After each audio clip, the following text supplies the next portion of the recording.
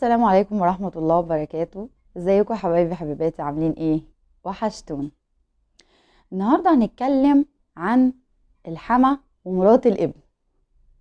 العلاقة الشائكة جدا دي علاقة غريبة.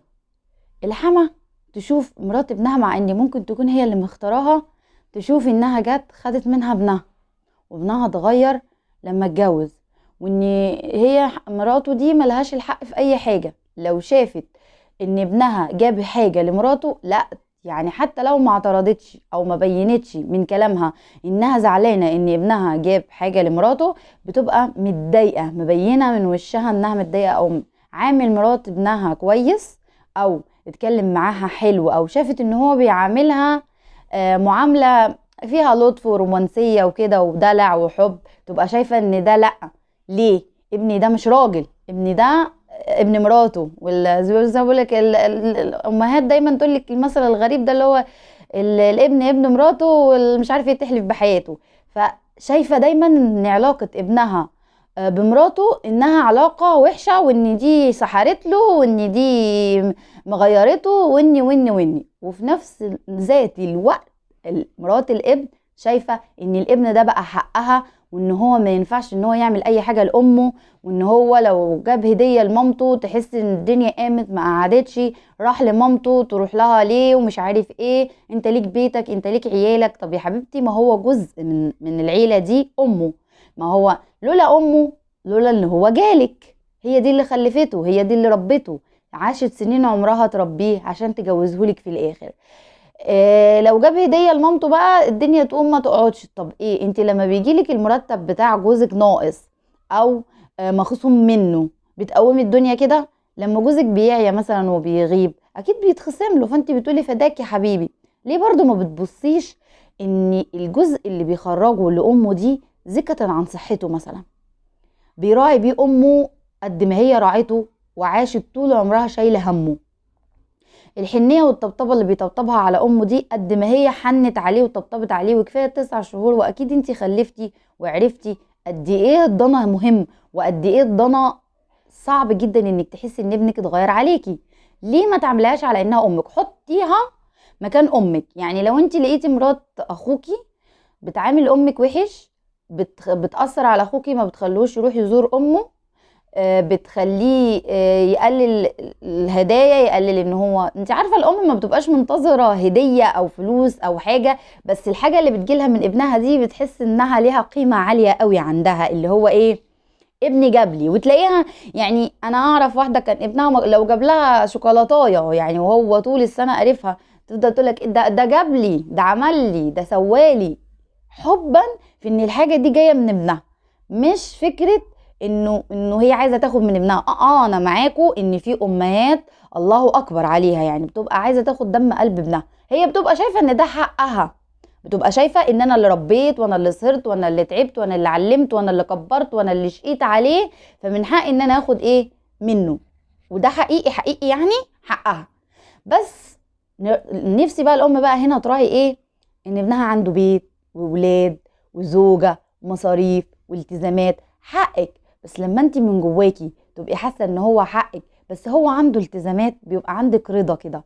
ولو حطيتي مرات ابنك زي ما بقول لمرات الابن، لو حطيتي مرات ابنك بالنسبه للحما، لو حطيتيها زي بنتك وبصيت لها انها من حقها تعيش، ومن حقها انها يبقى ليها دخل كويس، ومن حقها حياتها تبقى حلوه، ومن حقها ان يبقى عندها زوج حنين، ومن حقها زي ما احنا بنقول على بناتنا من حقها يبقى ليها وليها وليها وليها. لو بصيتي لمرات ابنك بنفس النظره هترتاحي، وهتريحي مرات ابنك، ومرات ابنك هتريحك. ومش كل زوج بيتغير بتبقى السبب مراته. لو حطيتي في دماغك كده ان مش كل ابن بيتغير بتبقى السبب مراته، ساعات بيبقى في اسباب تانية خالص هنتكلم عليها في فيديو تاني لانها شرحها يطول.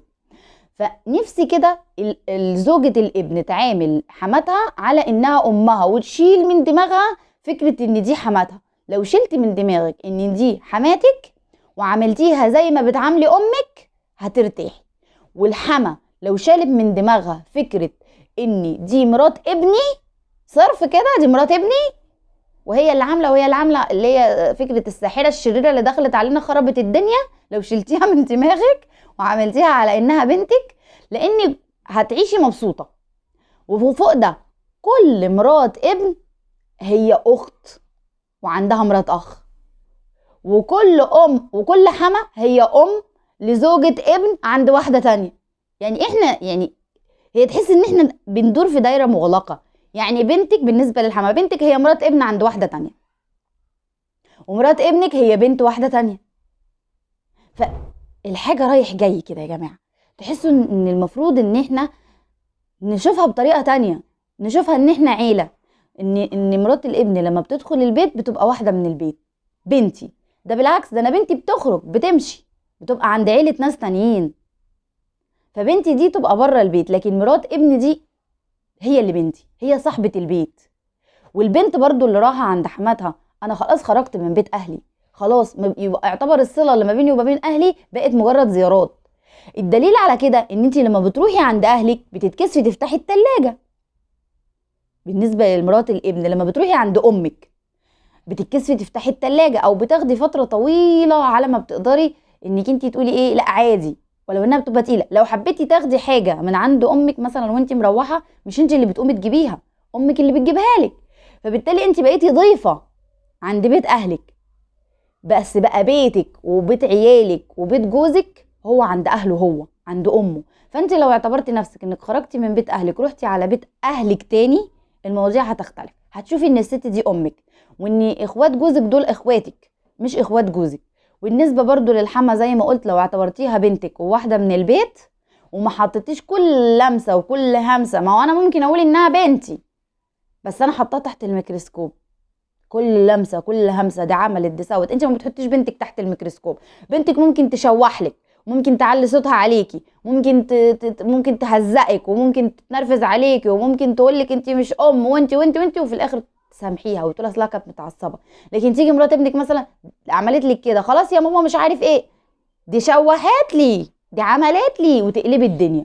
طب ليه؟ ما دي زي دي. على الاقل المفروض الاحترام الاساسي يجيلك من بنتك اللي انت ربيتيها. الغريبة دي انت ما تعرفيش هي متربية ازاي، ومع ذلك هي بتحترمك.